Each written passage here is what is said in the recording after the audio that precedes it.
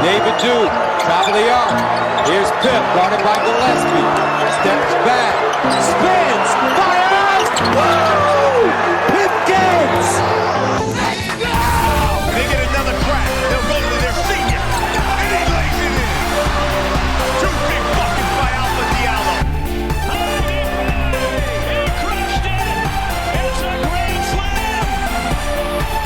Down by 3. 5 seconds. Reeves for the tie. He got it. Welcome back to another episode of Behind the Dish Sports. I'm Ben Bellotti. I'm here with Robbie Cannon and Matt Marasco. I think we got a pretty good show for you guys today. Robbie, Matt, how are you guys doing? Great. For the first time when we say sports are back, they actually are back. That's huge right there. That's probably the most true fact we've ever said. I don't think it could get truer than that. Yeah, no, I mean, I couldn't be better. We're going to hit on a lot of the things as to why my emotions are so high. Actually, for sports being back, I feel like this show could be kind of depressing. For, like, all the good going on, like, there's a lot of bad, too. But, no, overall, I mean, things are looking up in the sports world, in this country. You know, I'm excited. Yeah, for sure. Maybe if we recorded it Monday or Sunday, we would have had a little more upbeat show, but yeah, still a lot of fun things to talk about. But I mean, we got to address the elephant in the room when we say sports are back. I mean, MLB was the first to return aside from golf and soccer. And it was going great. It was really fun. I was up until midnight about every night watching every game I could. I mean, it was fun. A little tired the next morning, but hey, you got to do it when sports are back, right? But now, so absolutely. I mean, brace yourselves. Marlins have tested positive for COVID, and it's not just one or two guys. That would be, of course, it's sad, and you don't want it to happen. But no, it's 15 players and 2 or 3 coaches. And they're the only team that's had a mass outbreak, if that's what you want to call it. So the whole league's pointed fingers. There's been games shut down. It's just not a good situation. No, and especially just because it's the Marlins just makes it so much worse. They're the most irrelevant franchise in baseball. Right. It's just tough because now you have to shut down series. They played against the Phillies. Now the Phillies have to shut down. That shuts down the Yankees. Obviously, the Marlins are shut down. Baltimore is now shut down. That's who they were supposed to play. So, yeah, it's just not a good situation. I mean, something must have happened where, it only takes one, and that's the problem. There was a report today that one of the team members went to a strip club.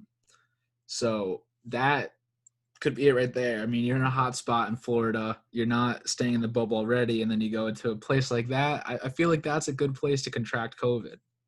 Yeah, that's a tough look. That's a tough look for Derek Jeter right there. I mean, man's taking over as CEO, says he's got big plans and, promising big things, big, safety for the players. And everyone, honestly, the most hate I've seen, aside from the Marlins as a whole, has been right at Derek Jeter.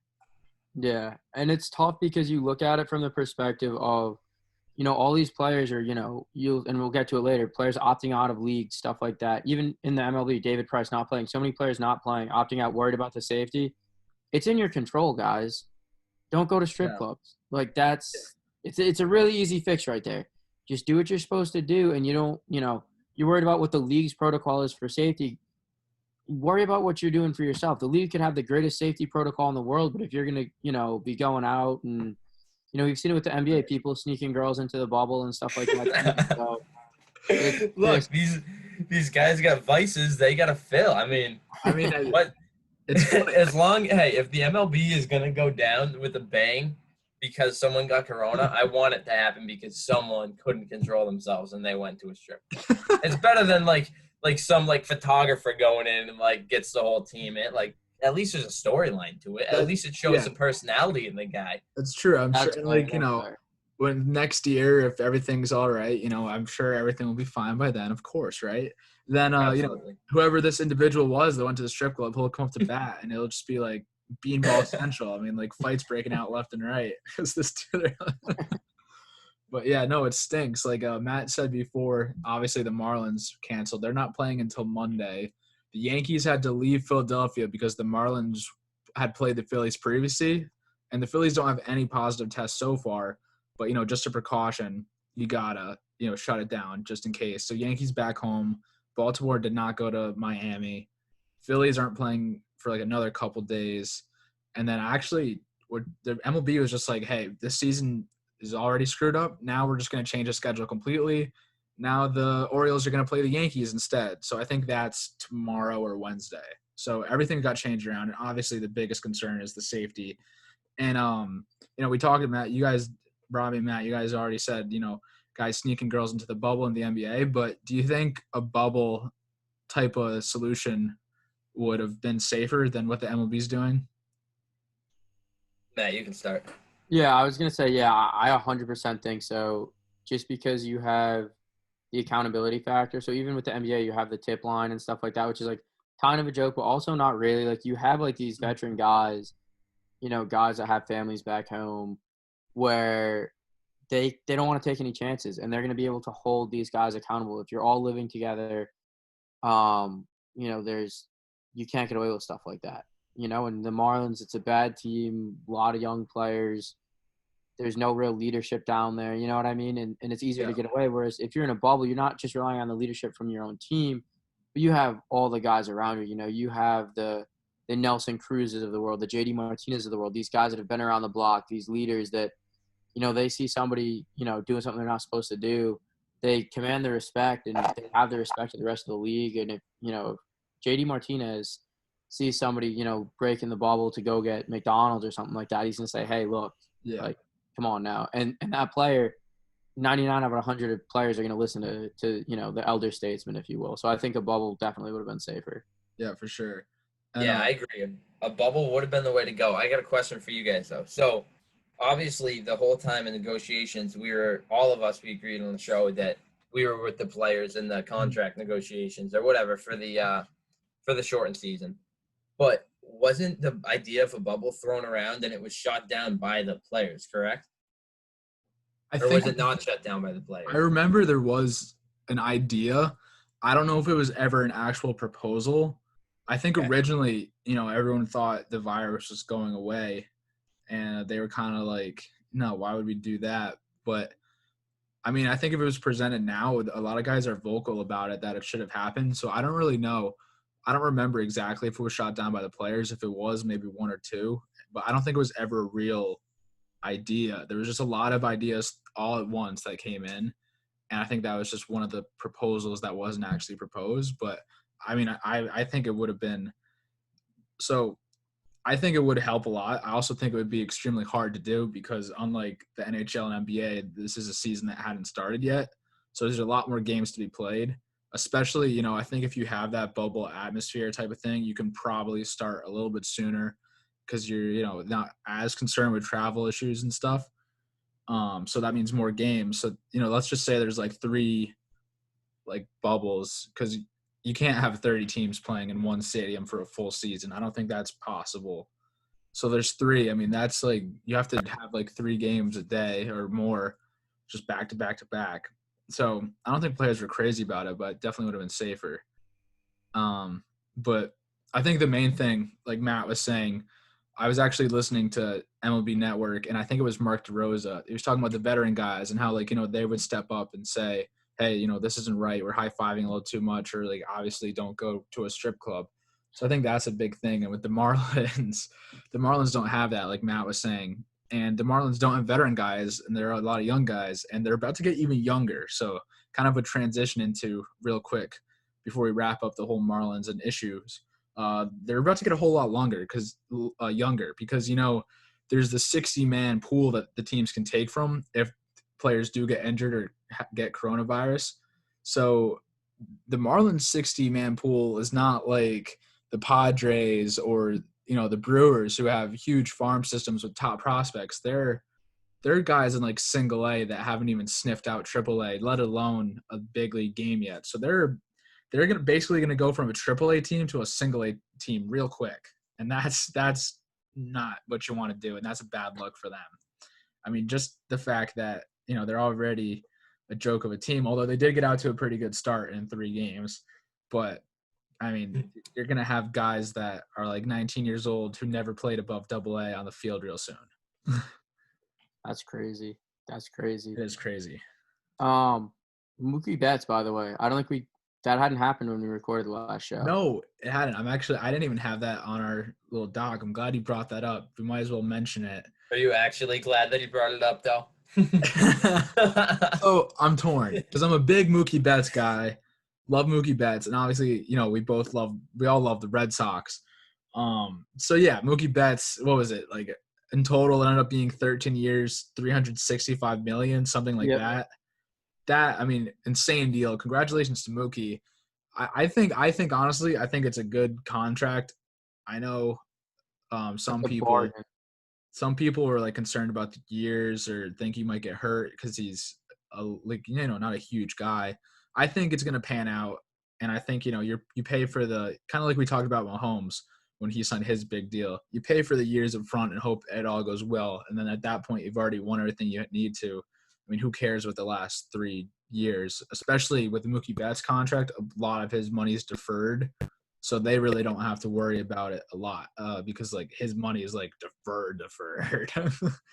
So yeah, Mookie Betts is a Dodger pretty much for life now. Yeah. So that stinks. Yeah, it stinks. But good for him. It's also frustrating. Yeah, good for him. It's frustrating just because they really weren't that far off from the Red Sox offer. You're looking at a couple $1 million in AAV. So, it was. I think ultimately it's the pandemic. The pandemic really changed his view on things. I think that's really the only option because he was a guy that's like free agency through and through. So I think this had to change things. But yeah, 100%. I mean, and I guess everybody has their number. You know what I mean? To not go into free agency. But if you're Mookie Betts, his AAV is actually, if you look at just the extension, not including the signing bonus, and the year that's on his contract now, if you just look at the 2 extensions, his AAV was actually higher with what the Red Sox offered with the 10-300 than it is with this. But then once you take into account signing bonus and the year that's still left on his contract, this one is worth more. Yeah, take into account signing bonus. The signing bonus was like $65 million. Yeah. So, I mean, really all I can say is I hope it works out for them because that's a huge deal. And, Mookie, it's only been 3-4 games. Mookie hasn't got off to the fastest start, but when he has produced, it has looked well. I've been watching a lot of those Dodger games because I want to see, as much as it's going to pain me, I want to see Mookie's first home run in a Dodger uniform because, I mean, like I said, it pains me, but he looks slick in Dodger blue. Did you think that was weird that he asked for the ball for his first hit as a Dodger? I don't think so. I mean, we saw Verdugo do it when he got his first hit with the Red Sox. Obviously, Mookie's way higher up on the totem pole than Verdugo, but I think a lot of guys, it's just like a new chapter in your life. You want to get the milestones for it. I think it was just like pointed out because, no fans. What else are you going to look at, really? But I don't know. I think guys in the dugout were asking for the ball, too, even if he wasn't. I think they showed the dugout, and they were all going like that. But, yeah. So speaking of balls being hit, there's a ton of home runs, especially the first couple nights. I don't know if the balls are juiced again, but I'm all for it. I love now that the sports are back. There's nothing I like seeing more than MLB Twitter, just blown up with home runs left and right. And speaking of home run hitters, I just needed to bring this up because it's absolutely insane. You think Big Papi, his last year was impressive when he was 39-40. Well, Nelson Cruz is 40. And looks like he has a lot more years on him than Big Papi. And the dude, he's just absolutely mashing. I think it was yesterday, 7 RBIs in one game with 1 or 2 home runs. I mean, just at 40 years old, insane. I mean, Nelson Cruz he's awesome. And he's one of those guys that it seems like he's bounced around a lot. I'm kind of surprised he's never ended up on the Red. Like, he's just been such a Red Sox killer over the years. Mm-hmm. He's one of those guys like we had Beltre for a year, we had Jason Bay for a year. I'm surprised Nelson Cruz wasn't there. Yeah. Yeah, I'm surprised Nelson Cruz was never in that mix. I mean, he just absolutely mashes at Fenway. He's always mashed. Mm-hmm. I'm a big Nelson Cruz guy. I think has he played everywhere else in the AL East? Maybe not Tampa, but he's played a couple. I don't think he's been a Yankee. Oh, was he not a? I could be wrong. I thought he was. He's played a lot. He's played a lot of teams. Played everywhere. But yeah, I just thought it was cool that he's 40 years old and the Twins are already a massive powerhouse team, and he's probably one of the leaders right now in the ability to mash a ball at 40. And that's just insane. You know, that's ahead. nuts. That's nuts to me, Ben, because, you know, to put this into perspective, I was a fan of Nelson Cruz back when I was like 10 years old, and I thought I was going to be like the second baseman for the Rangers one day. Yeah, you probably saw him still doing it today at a high level. That's incredible. Yeah, you probably saw him in the World Series with Texas. Yeah. Now he's still doing it. Good for him. And he's arguably doing it more often and better than he was then, which is crazy. We might have just lost Maddie.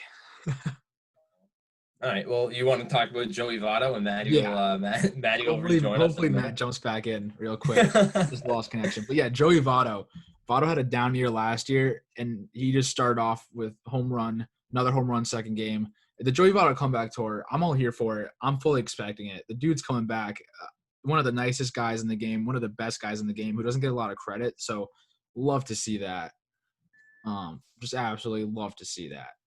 Yeah, Votto, he's another guy who, you know, he was when I was a fanatic of baseball back in the day. I mean, now I just look at myself as an average fan, but like he's still doing it too, and he's been around for a while now.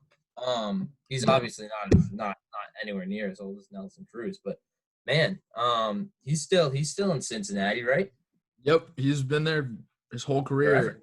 I think he's going to end it there. He loves Cincinnati. The fans love him. He's one of the staples there, so it's great to see him off to a great start. Speaking of great starts, there's a team that has not had a great start. Our favorite team, the Boston Red Sox. Just not exciting to watch. No, I mean the silence that just went over this call pretty much says it all. I mean, yeah. It's first night. Everybody in here thought they were winning the World Series.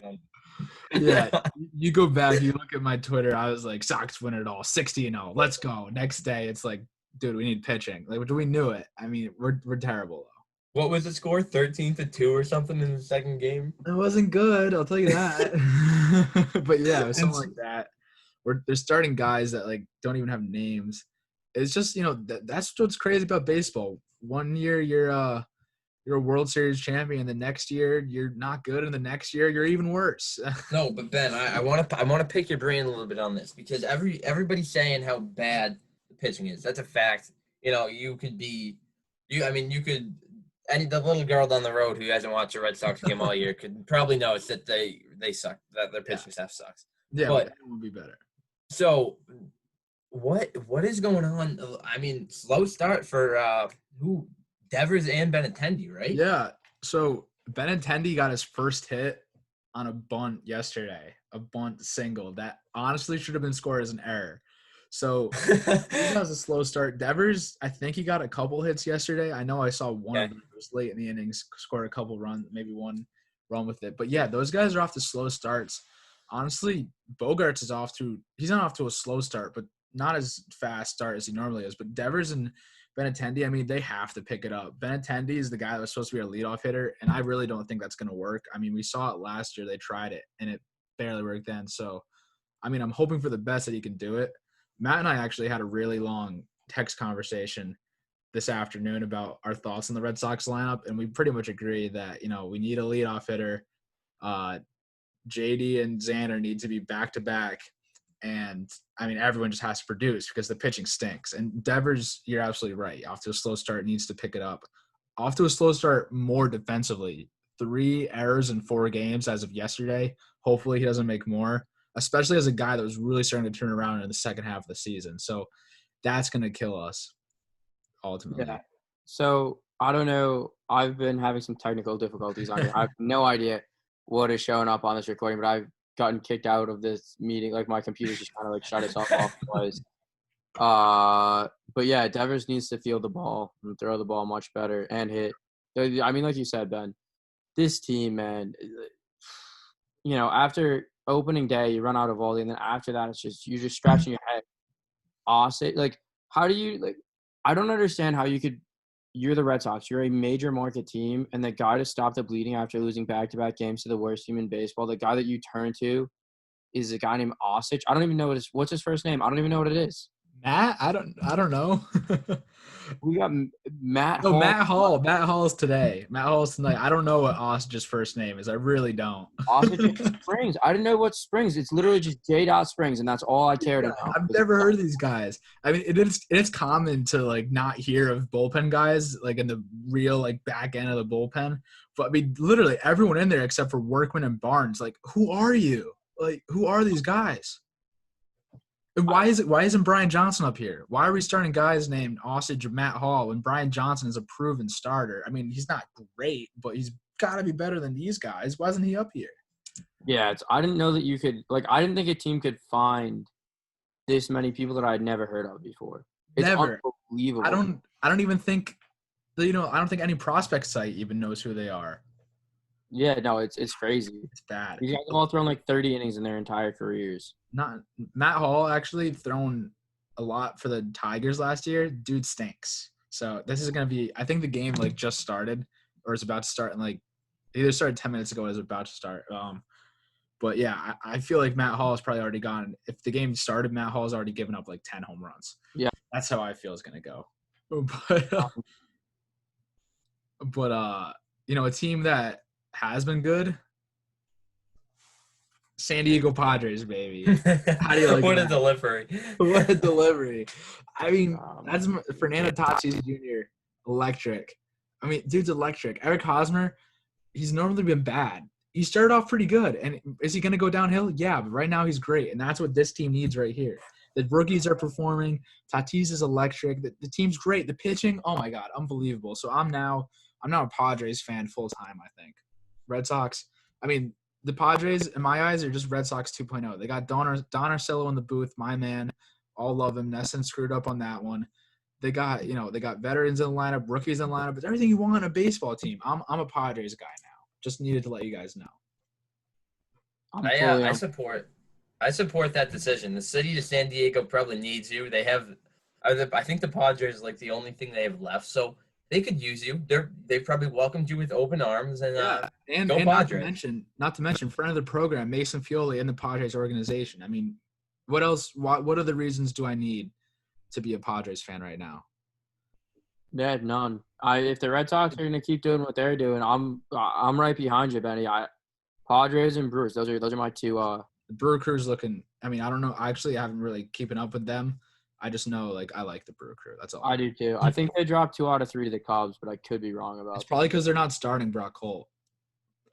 Yeah, he almost won the home run crown last year. People forget that. But yeah, so baseball, aside from all the coronavirus stuff that hopefully gets, simmers down real quick, baseball's, going strong. It's going great. Baseball Twitter's been popping off. The social media accounts are just doing great with content. It's really the best I've seen it. They've had a long time to prepare, so I'm glad it's actually working out. But in terms of other leagues, the NFL is having a lot of news going around that we haven't talked about a lot. I think last week we talked about their lack of a plan. So they have now had a plan, but now that they're starting to talk about a plan, starting to see players opt out. Yeah. Yeah, especially up here in New England. Especially up they here. They dropped like flies. We're recording this on Tuesday, the 28th, and we lost like 6-7 guys today. And I'm not talking little 8th cornerback on the practice squad. These are I'm talking our starting tackle, our linebacker, Patrick Chung. I mean, yeah, half our defense is gone after today. Hightower, half our defense is just gone. I trust Bill. I think there's a plan to it all. Yeah, I think maybe Tank can get Lawrence is the plan. That would be a bold strategy. Especially since we just signed Cam. Throw out, sign Cam Newton, and then tank right after that. But now what does that tell you as a player? Plausible deniability. No, I'm not trying to tank. I have Cam Newton, and then just has his whole defense not show up. It's not pretty. The good news is they're opting out before the deadline to opt out because I think the NFL does have a deadline, right?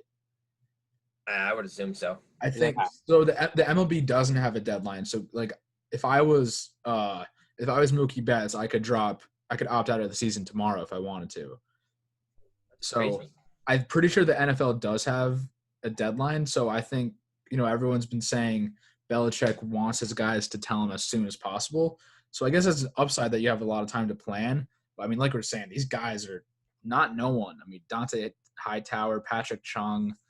I mean, those are the two big ones for me. But there's a ton of guys that, 7 right now. But you have to imagine if 7 do it right now, I think there's going to be more to follow. Yeah, and it's just tough too because this team, obviously, you lose Tom Brady. The lack of weapons on offense has been well documented, to say the least. Last year, Brady doesn't have anybody to throw the ball to. You didn't really remedy that problem at all this year. You go out and get Cam, that's fine, but, I'd still take a 40-some-odd-year-old Brady over banged-up Cam Newton. And they're saying, all right, we'll rely on our defense, right? We'll ride the defense, maybe go 10-6, whatever. 10-6, 11-5, try to sneak into the playoffs, try to win a division. If you're losing these, those are arguably your two most important players on defense, especially given the losses that you had during the offseason with guys like Collins and who else? Van Noy leaving. You were relying so heavily on Hightower. Yeah, we don't even have a linebacker. Yeah, and he's the signal caller of your defense. He's the caller for the defense. Yeah. And Patrick Chung, when Hightower would go out, it would be Chung who would be calling plays from the back end of the defense. So losing those two veteran guys is absolutely huge. It really is. The other thing that I'll say that – go, Ben. All right, the only reason I have hope is because of Twitter right now. I see guys like Adam Schefter, and I don't remember who else, but they're saying they've texted with Bill Belichick or texted with guys that have ends with Bill Belichick and are like, he has a plan. And they go, what is it? And they go, I don't know, but he has one. I don't know if that's just like classic, like Belichick always has a plan, or if he actually does have one. But that's the only reason why I have hope right now. Otherwise, all hope is just lost. I don't see how this team can win. Yeah, I saw that. And the only other thing that I'm worried about is I'm a little worried about the McCourties because they had before even like opting out from Corona was a thing. They've been pretty They've been wanting to retire since like the Super Bowl. Yes. So they won. I think Devin was the one thinking about retiring, but then he was like, I'm going to come back. And then they were pretty involved in the social movements that have been going on. So they were like, Should we play? Should we not? And they have young kids at home. Like they have more reasons not to play than to play. Yeah. And I think, everyone's been tweeting about it and like, you kind of have to agree with it. Like, since when has the NFL cared about safety? So I think a lot of guys are going to be – I don't know. Have you guys seen anyone else besides Patriots opting out? Because I really haven't. I know that there have been some players other than Patriots opting out, but I don't know who. I haven't seen any names. Yeah, I saw as of 5 o'clock today, or as of like noon today, there were only 5 other guys in the league, and none of them were big names. Yeah. So obviously they have a lot of time to opt out. And, we saw the MLB guys were opting out basically as soon as the summer camp started. So they still have, if you're going to go by that timetable, there's still some time to go. But I have to imagine a lot more guys are going to opt out, which stinks. And, the NFL season it was a lock before. Now it's kind of up in the air right now in my eyes. Yeah, we'll see. I still think they're going to find a way to make it go. I gotta hope so. Yeah, I think they're gonna find a way. We might not see all the guys that we're used to seeing, but I think there's gonna be a season in some way, of some form. Yeah, and you gotta hope so, because like we talked about it before. What's gonna be better than fall, winter football, and then you get college football in the spring? If that's the plan, you gotta look forward to that. So they're both gonna happen, and they're probably gonna happen in that time. So yeah, it stinks. And other football news, kind of baseball news. So maybe I should have hit on this first. Yeah. Patrick Mahomes, kind of just owns the Kansas City Royals now. Interesting. I guess it was in his contract, aside from getting $503 million, he was also like, give me a part of the Kansas City Royals if you can. And they did. So Patrick Mahomes is now one of the youngest owners in sports history, maybe the youngest, and he owns part of the Kansas City Royals. So for that, here's what I'm going to do. I'm with Pat. This dude. Yeah, good for him. That's honestly, that's really cool. I think that it's super cool when when star athletes from one sport are a fan of another, especially to the point that he'd want to own a piece of the team. I think it'll be cool if he's somewhat involved with it, if he's at games, sitting in the box, whatever. So we'll see. I hope he's there. I hope he's involved. I hope he tries to grow the game of baseball, because I know there will be fans in Kansas City who, if he's there, if he's involved, they'll be involved. And he's a big baseball guy. I mean, his dad played, and he played in college, I think, right? And so, I mean, hopefully like you're saying, he does great for the game, and maybe he'll try and be like a player owner, because he could sling it. Out there on the mound, get him out there on the bump and fire away. The Royals can't get much worse, so why not? You think that he could? I think he'd be like an incredible center fielder. Like, throw him out there. I'm pretty sure he's super athletic. I think he played shortstop in college, or pitched, or both. But I think I'm just thinking like center field. Like, ain't no one like tagging up from third when he catches one out. Dude's got an arm. I think you can put him anywhere on the diamond except maybe catcher, or he probably could still do that too. And it'd work out. So Kansas City Royals hopefully got a great owner, and if the ownership thing doesn't work out, just give him an MLB contract, two-way athlete. He can give himself an MLB contract. He could. He could. He can pay himself. Very true. So Patrick Mahomes is now a partial owner of the Kansas City Royals, so that's pretty cool. And then today is Tuesday, like we said. So Thursday is right around the corner, and that means the NBA is right around the corner. I know Robbie especially, and of course Matt, both you guys are extremely excited for that. So excited. Like, I kind of have the chills just thinking about it. At first I was like, I'm not huge on the scrimmages. I don't think all the guys will be playing. Oh, they're playing. Yeah, they might be playing 25 minutes in the scrimmages, but like, man, I forgot how good these guys were. I forgot all the stuff that they could do. And I forgot how much better an NBA player is than a college player. It's a completely different game. They won't miss open shots. And I'm just so excited. I can't wait for opening night. I think there's Thursday, there's 2 games. Friday, there's 3 games. The Celtics are one of them. Let's go. Let's roll. So wait, have you been able to watch the scrimmages? Do you have the NBA package? Here and there. I've seen some of them were on NBA TV. All right. Like NBA Network, or I think one of the two.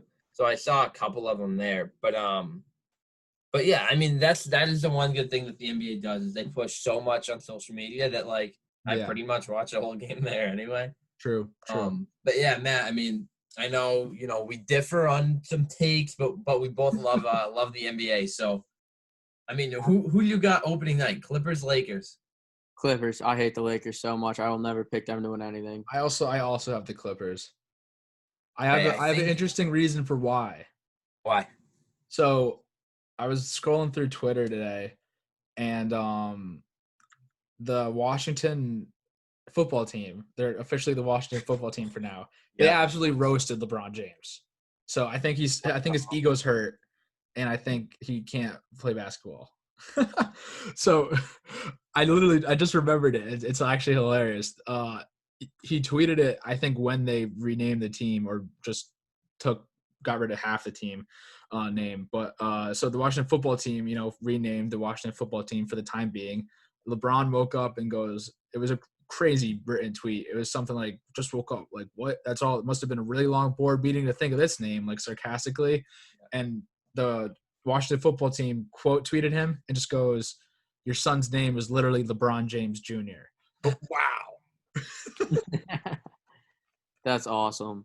So I think that's either gonna motivate him and he's gonna go off, or he's gonna be so hurt that he can't pull out the win. Nah, Clips are too deep. They're much deeper than the Lakers are. I'm a big Pat Bev guy. Pat Bev's great. Yeah, I think they're gonna take care of business. I think they're the best team in basketball right now. They are my favorites.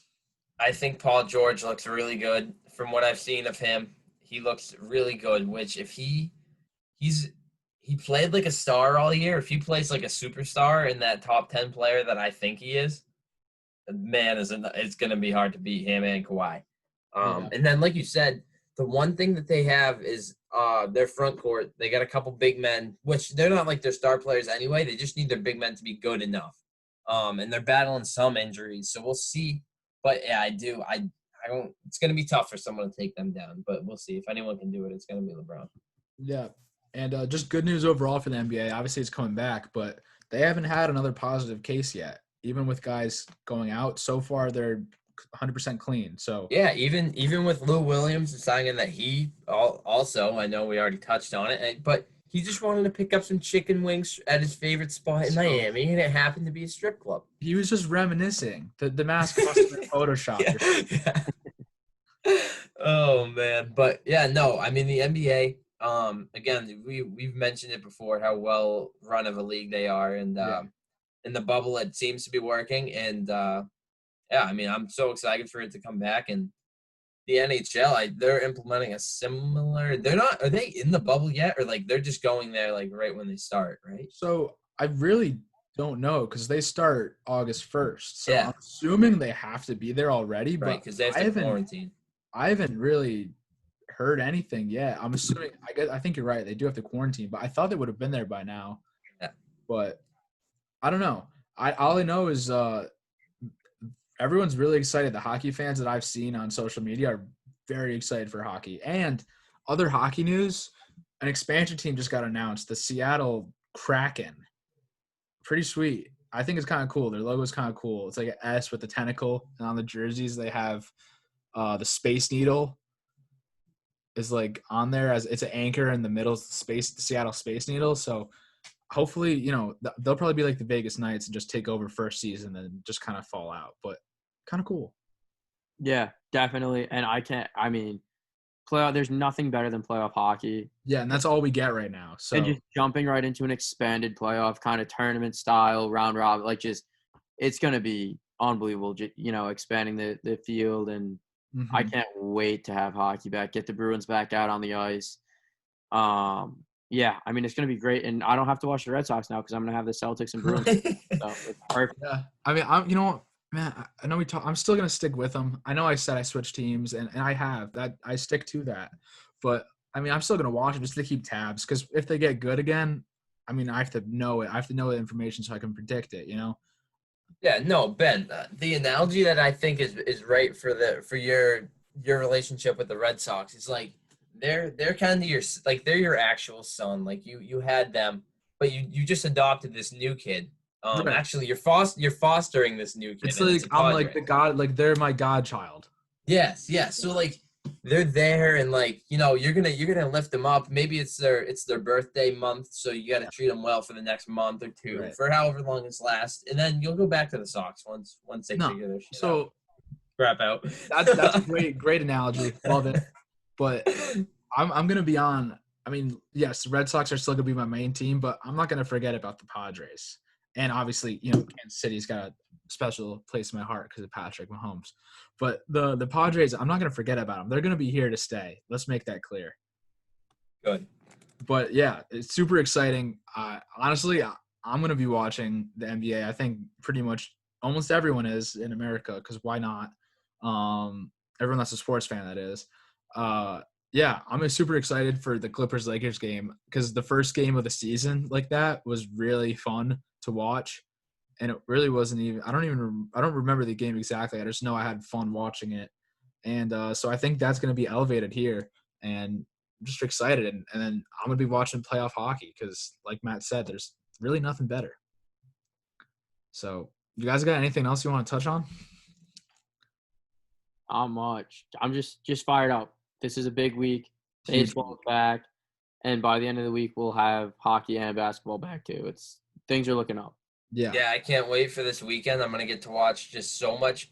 I'm gonna play golf by day, watch NBA by night, wake up, repeat, and do that for 2 days, and then I have to go back to my 9 to 5. What else do you need? But man, I'm excited. It's gonna be a fun next couple months. Sports are just coming at us all at once. This is what we've been waiting for all of the whole pandemic. So let's roll. Let's enjoy it, and hopefully things don't end up like the Marlins. Couldn't have said it better. So Yeah, that's our show this week. Hope you guys enjoyed it. We'll be back with a ton more sports talk. I mean, sports are officially back, like we said at the beginning. First time we can officially say that, and actually being played as we speak. Couldn't be more excited. Couldn't be more excited for you guys to hear all this great news we have to talk about. Thanks for watching. We'll see you next show.